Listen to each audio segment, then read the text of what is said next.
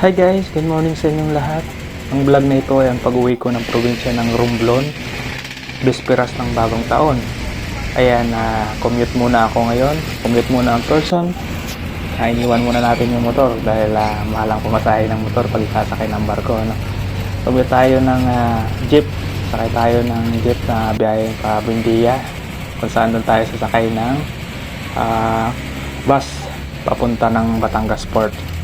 Ayan, habang nilalakbay natin ang kahabaan ng Taft Avenue, yun, malapit na tayo at dito na nga tayo sa Buendia. At pansinin nyo kasi bagong taon ito, kasahanin nyo maraming mga uuwi ng probinsya, no, sa kanilang probinsya. Yan, andito na nga tayo sa bus terminal at nakasakay na tayo.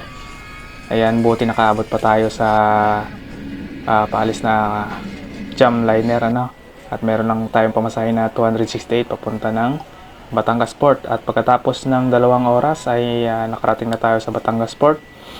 Then papasok na tayo sa Batangas terminal. Ayan, pagpasok natin dito, ayan, i-check muna yung ating mga bagahe ng mga gwardya. Pagkatapos natin i-check, andito tayo. At ayan, bubungad sa atin yung Mala International na terminal ang datingan ng bagong renovated na Batangas Port Terminal. Mapapansin niyo maraming mga pasahero na uuwi ng probinsya dahil nga peak season ngayon, bisperas ng bagong taon, kaya marami talagang uuwi. Pupunta tayo sa ticketing booth. Yan ang sasakyan natin ay Starlight Ferries na biyahe ng Romblon, Roa City, ayan, Sibuyan. Ayan, kuha tayo ng ticket, ipiprint natin yung booking natin, tapos ibibigay natin sa cashier. Tapos ayan, i-issue tayo ng ticket natin. Pagkatapos niyan, punta tayo ng terminal ticket at bibili tayo para makapasok tayo sa loob, worth of 30 pesos. At pagkatapos nga, iikutin ko muna itong camera at makikita nyo ang laking pinagbago ng Batangas terminal. Marami mga tao ngayon at gusto nyo mga pasalubong. Ayan, may mga pasalubong center sila dyan. Pwede kayong bumili para pasalubong nyo pag-uwi. At nakapasok na nga tayo, makikita nyo ang grabe. Kung dati ay pahirapan ng pag-upo, ngayon maluwag na maluwag. Pre-station sila dyan meron silang water station free at saka charging station free din. Then ayan, tinawag na nga at nag-boarding na. Paalis na yung barkong sasakyan natin at pinaakyat na tayo. Ayan, pagkatapos nating lumabas doon sa terminal, mahaba-habang lakad to dahil malayo yung Starlight kung saan nakadaong. Kaya kung ako sa inyo guys, pag mga ganito, iwasan nyo nang magdala ng marami, yung mabibigat, kasi katulad nito, mahabang lakad kayo papunta sa barko na nakadaong, kung sasakyan ninyo.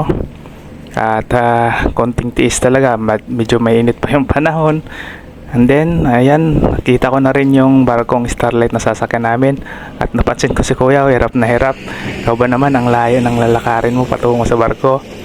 Ayun, at sa wakas nandito na rin tayo sa barko at papasukin natin yung barko.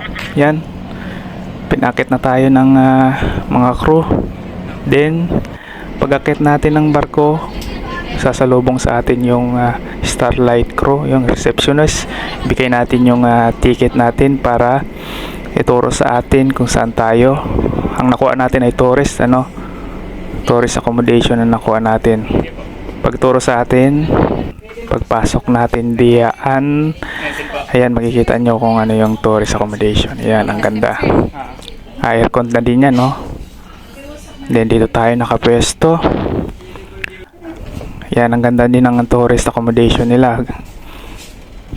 Then ayan, alis na yung barko ng alas 4 ng hapon dito sa Batangas Port. Ayan. And guys, ito yung sa pangbarko nilang Starlight Venus. Iba naman ang ruta niya, Ayan guys, salamat sa inyong panonood. At sa wakas, makakauwi na rin tayo ng probinsya natin. Isang taon din naman hindi nakauwi. Si-celebrate tayo ng bagong taon.